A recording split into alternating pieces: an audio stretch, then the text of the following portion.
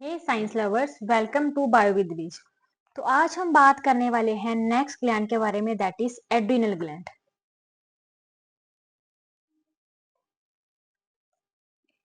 ठीक है, सबसे पहले हम बात करेंगे कि जो एड्रिनल ग्लैंड है उसकी पोजीशन कहाँ है। तो जैसे आप देख रहे हो पिक्चर में कि किडनी के ऊपर जो ये येलो कलर की ग्लैंड है इनको बोलते हैं एड्रिनल ग्लैंड। ठीक है, दो किडनीज है तो ये ग्लैंड भी दो ही होती हैं। किडनी के ऊपर प्रेजेंट है तो उनको सुप्रारेनल ग्लैंड भी बोलते हैं। रीनल वर्ड किडनी के लिए यूज होता है, सुपरा रीनल ग्लैंड इसको बोलते हैं कि किडनी के ऊपर प्रेजेंट होती है, इसलिए येलो कलर की होती है। ठीक है, और पिरामिड शेप होती है, पिरामिड शेप की ग्लैंड होती है। अब अगर हम बात करें इस ग्लैंड के पार्ट्स की, ठीक है, अगर हम इसको कट करें तो इसके दो पार्ट्स होते हैं, आउटर और इनर। आउटर पार्ट जो है, ठीक है, जो ब्राइट येलो कलर का है उसको हम बोलते हैं कोटेक्स, और जो इनर ब्राउनिश कलर का पार्ट है, रेडिश ब्राउन कलर का, उसको हम बोलते हैं मेड्यूला। इसके बाद जो कोटेक्स है वो भी फर्दर थ्री पार्ट्स में डिवाइड है लेयर्स के अकॉर्डिंग, आउटर, मिडल और इनर। आउटर लेयर को बोलते हैं जोना ग्लोमेरुलोसा, मिडल लेयर को बोलते हैं जोना फैसिक्यूलेटा, और जो इनर लेयर है उसको बोलते हैं जोना रेटिक्युलरिस। ठीक है, अब हम आगे फर्दर बात करेंगे इसके हॉर्मोन्स के बारे में। जो एड्रिनल ग्लैंड है इसके जो हॉर्मोन सिक्रीट होते हैं उन हॉर्मोन्स को हम बोलते हैं एड्रिनोकॉर्टिकॉइड्स।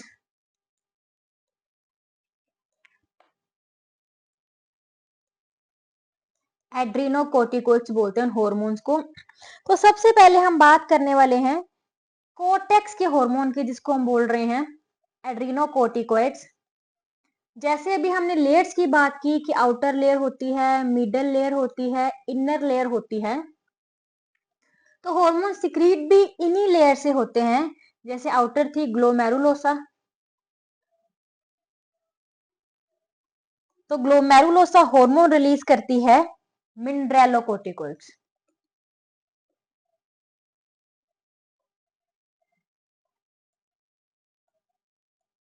उसके बाद हमने बात की थी फेसिकुलेटा। फेसिकुलेटा मिडल लेयर है, ये हार्मोन रिलीज करती है ग्लूकोकॉर्टिकॉइड्स। ठीक है, उसके बाद इनर लेयर थी रेटिकुलरिस, रेटिकुलरिस रिलीज करती है सेक्स कोर्टिकोइड्स। क्लियर। तो सबसे पहले हम बात करने वाले हैं अब मिनरलोकॉर्टिकॉइड्स की।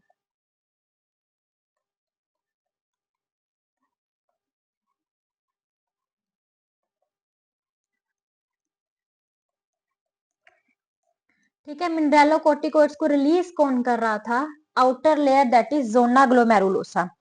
इसमें हम बात कर लेते हैं नेक्स्ट कि हार्मोन कौन सा होता है, दैट इज एल्डोस्टेरोन। ठीक है, इसके अलावा 11 डीऑक्सी कोर्टिकोस्टेरोन। अब ये हार्मोन स्टिमुलेट कब होते हैं कि रिलीज होते कब हमारी बॉडी में? जब कभी भी हमारी बॉडी में सोडियम लेवल कम हो जाता है तो उस वजह से क्या है, ये स्टिमुलेट हो जाते हैं, सिक्रीट होना स्टार्ट हो जाते हैं। ठीक है, अब इनको स्टिमुलेट करता कौन है कि एल्डोस्टेरोन रिलीज होना है, तो ACTH एंड एंजियोटेंसिन। एंजियोटेंसिन जो रास सिस्टम में आता है,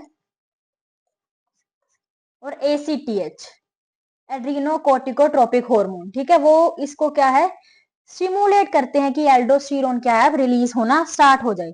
अब इसके फंक्शंस क्या हैं मिनरलोकॉर्टिकॉइड्स के? सबसे पहले हम बात कर रहे हैं मिनरल्स के बारे में, तो ये क्या है, सोडियम लेवल को इंक्रीज करता है और पोटाशियम लेवल को डिक्रीज करता है। इसके लिए हम स्पेसिफिक टर्म यूज कर सकते हैं, हाइपरनेट्रेमिया।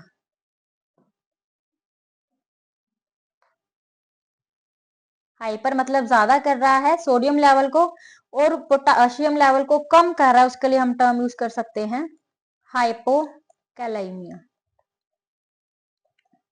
ठीक है, ये इसकी फंक्शनिंग है कि सोडियम लेवल को इंक्रीज कर रहा है ब्लड के अंदर और पोटाशियम लेवल को कम कर रहा है।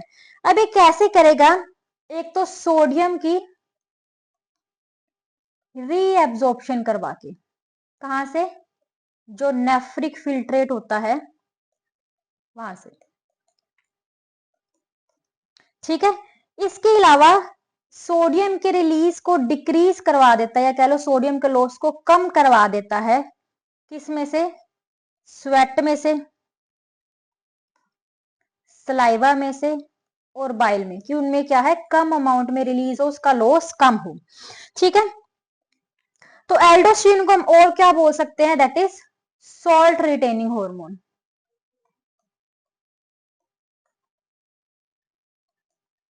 सोडियम पोटेशियम को बैलेंस कर रहा है तो हम इसको बोल सकते हैं सॉल्ट रिटेनिंग हार्मोन। अब अगर ये सोडियम लेवल को, सोडियम की कंसेंट्रेशन को इंक्रीज करवा रहा है, दैट मीन्स सॉल्ट की कंसेंट्रेशन क्या हो रही है? इंक्रीज हो रही है। अगर सॉल्ट की कंसेंट्रेशन इंक्रीज होएगी तो जो वाटर की रीएब्जॉर्प्शन है इंटेस्टाइन से, वो भी क्या हो जाएगी? इंक्रीज। अगर वाटर की रीअब्जॉर्प्शन इंक्रीज हो जाएगी तो जो ब्लड का वॉल्यूम है वो भी क्या हो जाएगा? इंक्रीज। ठीक है, ब्लड का वॉल्यूम भी इंक्रीज हो जाएगा, और साथ के साथ क्या है, जो ऑस्मोटिक प्रेशर है वो भी क्या हो जाएगा? इंक्रीज। ठीक है, तो इन शॉर्ट क्या है, एक तो इलेक्ट्रोलाइट्स को बैलेंस करवा रहा है हमारी बॉडी के अंदर, एज वेल एज वाटर को भी बैलेंस करवा रहा है हमारी बॉडी के अंदर। सो इलेक्ट्रोलाइट और वाटर की बैलेंस आउट करता है, या कह लो रेगुलेशन करवाता है हमारी बॉडी के अंदर। और अगर ये रेगुलेट हो गए तो हमारा जो ब्लड प्रेशर है वो भी क्या हो जाएगा? रेगुलेट। क्लियर? अब इसकी अंडर सिक्रीशन हो जाए, कम सिक्रीट हो जाए, अंडर सिक्रीशन हो जाए, हाइपो एक्टिविटी में आ जाए, तो क्या हो जाता है? एक डिजीज हो जाती है जिसको हम बोलते हैं एडिसन्स डिजीज।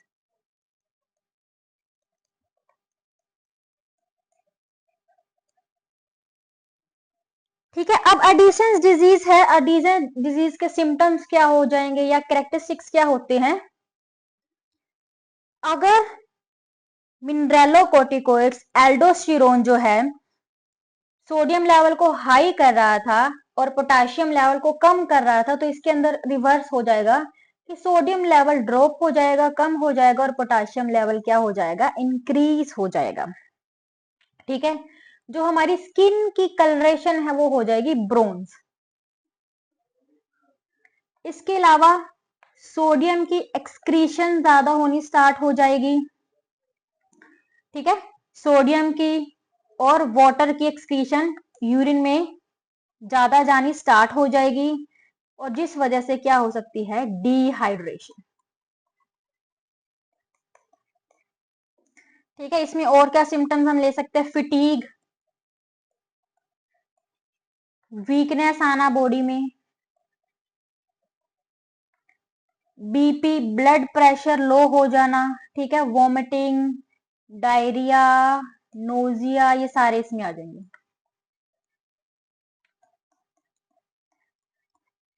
ये सारे के सारे इसके सिम्टम हैं। ठीक है, इसके अलावा नर्वस डिप्रेशन भी हो जाता है। ये सारे के सारे क्या इसके कैरेक्टरिस्टिक्स है, या कह लो सारे के सारे इसके क्या हैं? सिम्टम्स हैं। अब नेक्स्ट हम बात करेंगे, ये थे मिनरेलोकोर्टिकोइड्स, अब हम बात करेंगे ग्लूकोकोर्टिकोइड्स के बारे में।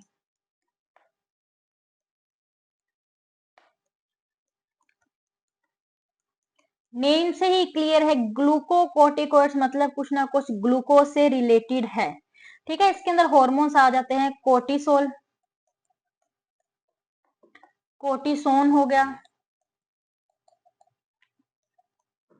कोर्टिकोस्टेरोन, मेन इसका कोर्टिसोल है, ठीक है। इसके अलावा बाकी भी हॉर्मोन्स इसके अंदर आ जाते हैं। रिलीज कौन कर रहा था, हमने किया था पहले, फेसिक्यूलेटा। फेसिक्यूलेटा इसको रिलीज करती है, ठीक है। कोर्टिसोल जो है 95% जो एड्रिनल एक्टिविटी है यही परफॉर्म करता है, इंपॉर्टेंट ग्लूकोकॉर्टिकोइड है। अब इसकी फंक्शनिंग क्या है, जैसे कि मैंने अभी बोला कि नेम से क्लियर है ग्लूकोज, तो अब इसके फंक्शंस क्या है, कार्बोहाइड्रेट्स का मेटाबॉलिज्म करना, कार्बोहाइड्रेट्स का क्या करवाएगा, मेटाबॉलिज्म। अब कार्बोहाइड्रेट का मेटाबॉलिज्म हो रहा है, दैट मींस इंक्रीज करवाएगा ग्लूकोज लेवल को ब्लड के अंदर, क्लियर। अब इसकी और क्या फंक्शनिंग है, ये थी कार्बोहाइड्रेट का मेटाबॉलिज्म। नेक्स्ट है, it also increase the rate of gluconeogenesis. अब ग्लूकोनियोजेनेसिस क्या होता है कि जो नॉन कार्बोहाइड्रेट कंपाउंड्स होते हैं उनमें से शुगर को एक्सट्रैक्ट करना या उनको शुगर में चेंज करना, लाइक प्रोटीन, लीवर प्रोटीन है, ठीक है, उसको शुगर में चेंज करना, कन्वर्ट करना शुगर में, लाइपोलाइसिस, प्रोटियोलाइसिस, ये सारे इसके अंदर आ जाते हैं, ठीक है। इसके अलावा इसकी जो एंटी इंफ्लामेटरी प्रॉपर्टीज भी हैं,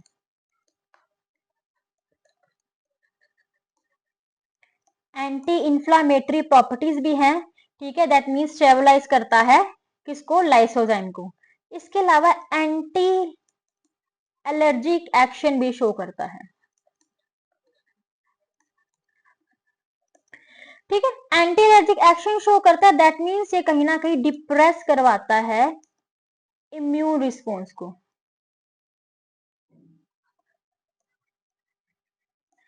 तो इसको क्या है, यूज किया जाता है कुछ प्रॉब्लम्स के अगेंस्ट, जैसे कि होगी आर्थराइटिस, रूमेटॉइड आर्थराइटिस होगी, एज्मा, ठीक है। इसके अलावा ऑटोइम्यून डिजीजेस होगी, ऑर्गन ट्रांसप्लांटेशन होगी, तो उस केसेस में इसको क्या है, यूज किया जाता है इम्यून सिस्टम को डिप्रेस करने के लिए, ठीक है। इसके अलावा जो है ये वैसो कंस्ट्रिक्टर का भी काम करता है,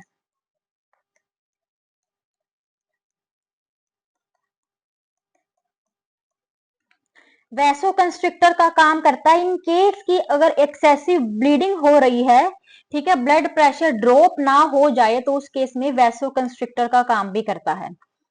एंटी स्ट्रेस हार्मोन का काम भी करता है,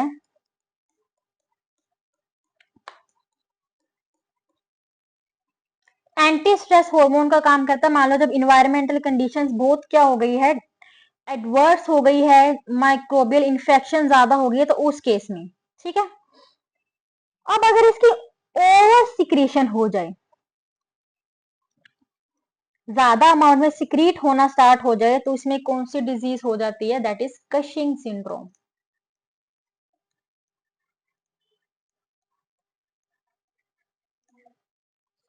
लास्ट में हमने किया था अंडर सिक्रीशन से एडिशन हो रही है, इसमें क्या है, ओवर सिक्रीशन से कशिंग सिंड्रोम हो गया। अब कशिंग सिंड्रोम हो गया है, ठीक है। अब इसके करेक्टरिस्टिक्स या कह लो फीचर्स क्या है, शुगर लेवल हाई हो जाना ब्लड में, ठीक है। इसके अलावा यूरिन के अंदर शुगर पास आउट होना, वेट लॉस होना, ठीक है। सोडियम लेवल का हाई हो जाना और पोटेशियम लेवल का कम हो जाना प्लाज्मा में, ब्लड का जो वॉल्यूम है वो इंक्रीज हो जाना, जिस वजह से ब्लड प्रेशर भी क्या हो जाएगा, इंक्रीज हो जाएगा, ठीक है। अब जो फेस है, फेस रीजन हो गया, नेक रीजन हो गया, हैंड्स हो गया, फेस, नेक और जो हैंड्स है वो स्वेलन हो जाते हैं, स्वेलिंग हो जाती है उनके ऊपर, क्यों, क्योंकि जो स्किन के नीचे है वो क्या है, फैट्स डिपॉजिट होनी स्टार्ट हो जाती है,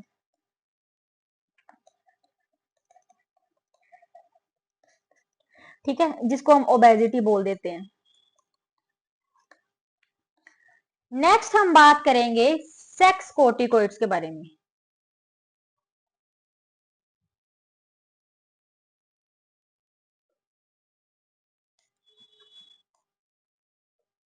ठीक है, थर्ड हमारा हार्मोन है दैट इज सेक्स कोर्टिकोइड्स। अब सेक्स कोर्टिकोइड को कौन रिलीज कर रहा था? जो हमारी बिल्कुल इनर लेयर थी दैट इज रेटिक्युलरिस। ठीक है, इसमें आ जाते हैं एंड्रोस्टिरोन। एंड्रोस्टिरोन आ गया इसके अंदर। ठीक है, कुछ फीमेल हार्मोन मतलब स्मॉल अमाउंट के अंदर इसमें फीमेल हार्मोन भी आ गए।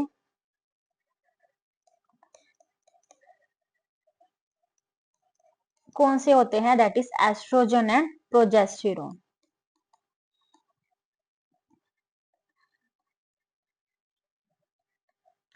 अब इसका मेन फंक्शनिंग क्या है? सेक्स हार्मोन्स हैं तो इसकी मेन फंक्शनिंग होती है that is secondary sexual characters की अपीयरेंस। सेकेंडरी सेक्सुअल कैरेक्टर की अपीयरेंस होना, ठीक है, किसकी वजह से होती है? सेक्स कोर्टिकोइड्स की वजह से ही होती है। लाइक मेल्स के अंदर अगर हम बात करें, एक्सिल, ठीक है, प्यूबिक, फेशियल हेयर जाना, फेशियल हेयर जाना, हॉर्स वॉइस होना, ठीक है, मतलब भारी आवाज होना, डीपनिंग ऑफ वॉइस आ गया। ठीक है, अब इसके अंदर मान लो फीमेल्स के अंदर हम बात करें, ब्रेस्ट की इनलार्जमेंट होना, कोई भी स्कैंडी सेक्सुअल कैरेक्टर्स हैं वो इसके अंदर आते हैं। क्लियर? मेंस्ट्रुअल साइकिल की बिगिनिंग होना,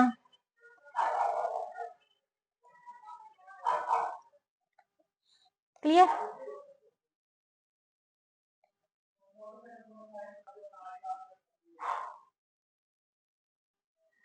ठीक है, अगर हम बात करें कि इसकी ओवर सिक्रीशन हो रही है तो ओवर सिक्रीशन से फीमेल्स में क्या हो जाता है? That is called adrenal virilism. Adrenal virilism, या फिर इसके लिए एक और हम टर्म यूज कर सकते हैं दैट इज सूडो हर्मेफ्रोडाइटिज्म।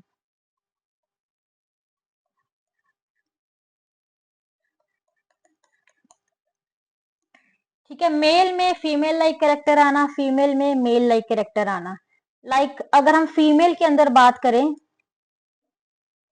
फीमेल में आ जाना फेशियल हेयर्स,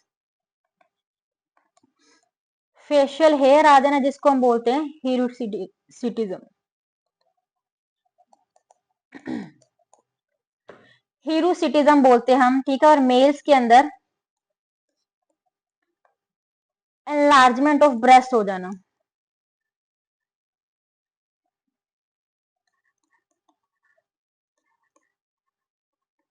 जिसको हम बोलते हैं गायनोकोमेस्ट्रिया।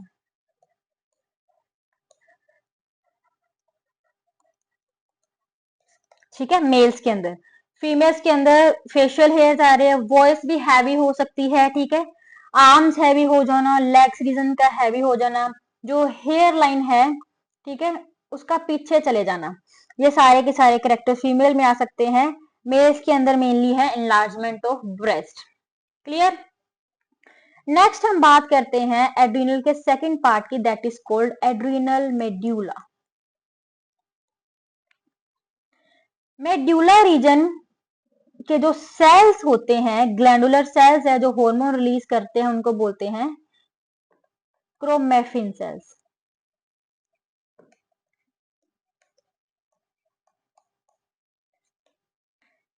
ठीक है, अब इसके अंदर दो तरह के हार्मोन होते हैं, adrenaline and NOR adrenaline. 80% adrenaline होता है और 20% नोर एड्रिनलिन। इसका दूसरा नाम है एपिनेफ्रिन, इसका है नोर एपिनेफ्रिन।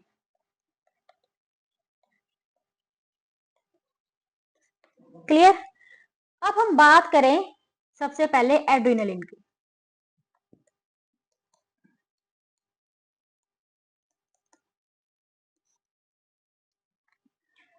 एड्रिनलिन हार्मोन को हम बोलते हैं सिम्पैथोमिमेटिक हार्मोन।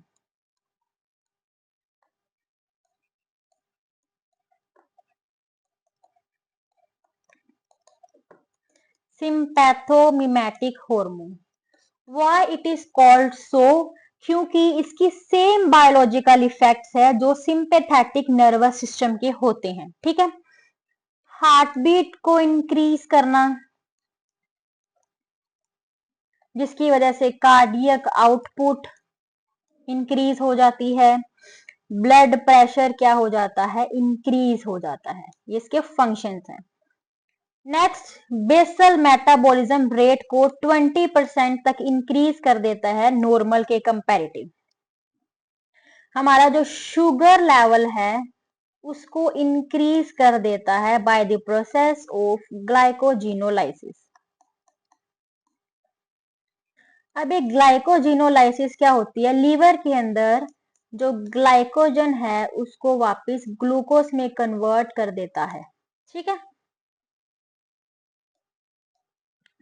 इसके अलावा जो हमारे ट्रैकिया को डायलेट कर देता है ताकि रेस्पिरेशन रेट भी इंक्रीज हो जाए। ऑलमोस्ट चीजों को इंक्रीज ही कर रहा है, रेस्पिरेशन रेट इंक्रीज हो जाना ट्रैकिया को डायलेट करता है। लाइपोलाइसिस को क्या कर देता है? इंक्रीज करता है एडिपोज टिश्यूज के अंदर। ठीक है, जो हमारा प्यूपिल होता है आई के अंदर उसको डायलेट करवाता है। ठीक है, एज वेल एज ये किसका काम करता है? वैसो डायलेटर का काम भी करता है। वैसोडाइलेटर का काम करेगा, जिस वजह से जो हार्ट, स्केलेटन मसल्स और ब्रेन तक ब्लड की सप्लाई क्या हो जाएगी? इंक्रीज हो जाएगी। गूज फ्लैश,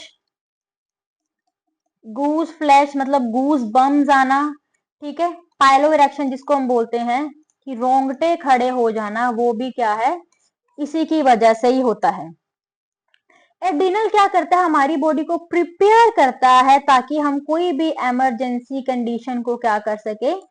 फेस कर सके। ठीक है, चाहे वो फिजिकल स्ट्रेस है, इमोशनल स्ट्रेस है, उस वजह से। ठीक है, अगर हमारा ब्लड प्रेशर कम हो गया है, हमारी मसल्स में इरेक्शन हो गई है, एजर्शन हो गई है, पेन हो रहा है, कोल्ड है, इंजरी है, कोई भी चीज है, एंगर है, फियर है, लाइक कई बार क्या होता है कि हम स्टेज पे जाने वाले होते हैं तो हमारी हार्ट बीट इंक्रीज हो जाती है, नर्वसनेस होनी स्टार्ट हो जाती है, वो भी इसी हार्मोन की वजह से है कि हमें जो इमरजेंसी के लिए प्रिपेयर कर रहा है। तो इसलिए इसको क्या बोलते हैं? इमरजेंसी हार्मोन भी बोलते हैं। Also called fight, freight,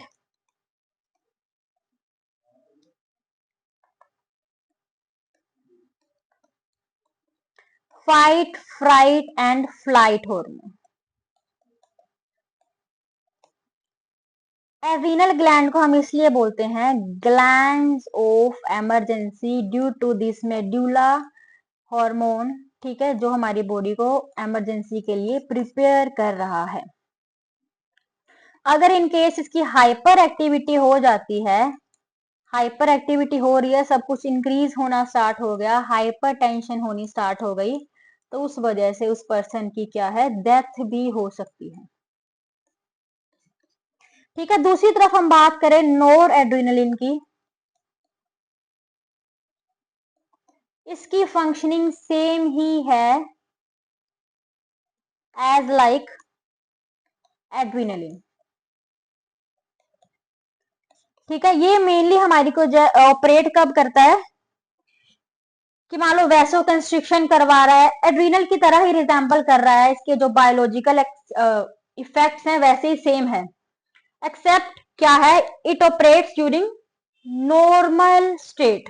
normal state के लिए क्या है? वहां पे अब खुद को क्या कर रहा है? एक्सप्रेस कर रहा है। बाकी सारे के सारे इसकी फंक्शनिंग क्या है? सेम ही है एज लाइक एड्रिनलिन। क्लियर? तो ये था हमारा आज का last topic. Now we will meet you in the next video with another gland. Till then, bye bye, take care, and I will try to upload the MCQs as soon as possible. Bye bye students.